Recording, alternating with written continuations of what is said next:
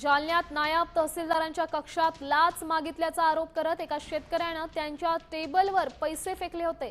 मात्र नायब तहसीलदार हेमंत तायडे यांनी त्या शेतकऱ्याचे सर्व आरोप फेटाळले।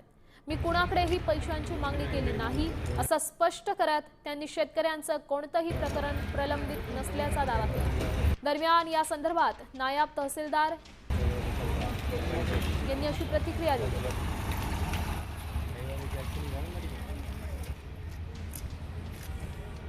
तर नायब तहसीलदार हेमंत तायडे यांच्यासोबत बातचीत केली आमचे प्रतिनिधी अक्षय शिंदे यांनी। पाहूया। सर, कालचा एक व्हिडिओ व्हायरल झालेला आहे तुमच्या कॅबिनमध्ये त्या शेतकऱ्याने नोटा उधळलेल्या आहेत। त्यांचा असा आरोप आहे की रस्त्याच्या मागणीसाठी जे रस्त्याचं प्रकरण आहे त्यासाठी तुम्ही त्यांच्याकडे पैशाची मागणी केली।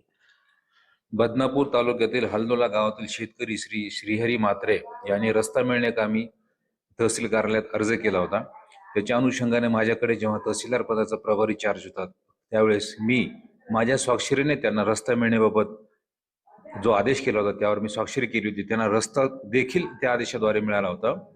या रस्त्याच्या प्रकरणामध्ये मोका चौकशी करण्यासाठी श्री अतुल बने हे देखील जाऊन आले आहेत। आज रोजी हे प्रकरण माझ्याकडे कुठेही प्रलंबित नाही। त्याच्यामुळे अर्जदार यांनी जो त्याच्यामध्ये श्रीहरी मात्रे यांनी जो आरोप केलेला आहे तो पूर्ण खोटा आणि चुकीचा आहे। केबिनमध्ये त्यांनी तशी कृती केल्याचे मला दिसून आले, परंतु तशी कसलीही आपण तशा प्रकारची मागणी केली नाही। आणि जर त्यांना याच्यामध्ये काही तक्रार असेल तर त्यांनी या लाचलुचपत विभाग आहेत त्यांच्याकडे त्यांनी सरळ जावं। शिंदे, साम टीव्ही न्यूज, बदनापूर। देश विदेशातील प्रत्येक घडामोडींचे लाईव्ह अपडेट मिळवण्यासाठी आता साम टीव्हीच्या सर्व सोशल मीडिया प्लॅटफॉर्मला लाईक, फॉलो आणि सबस्क्राईब करा।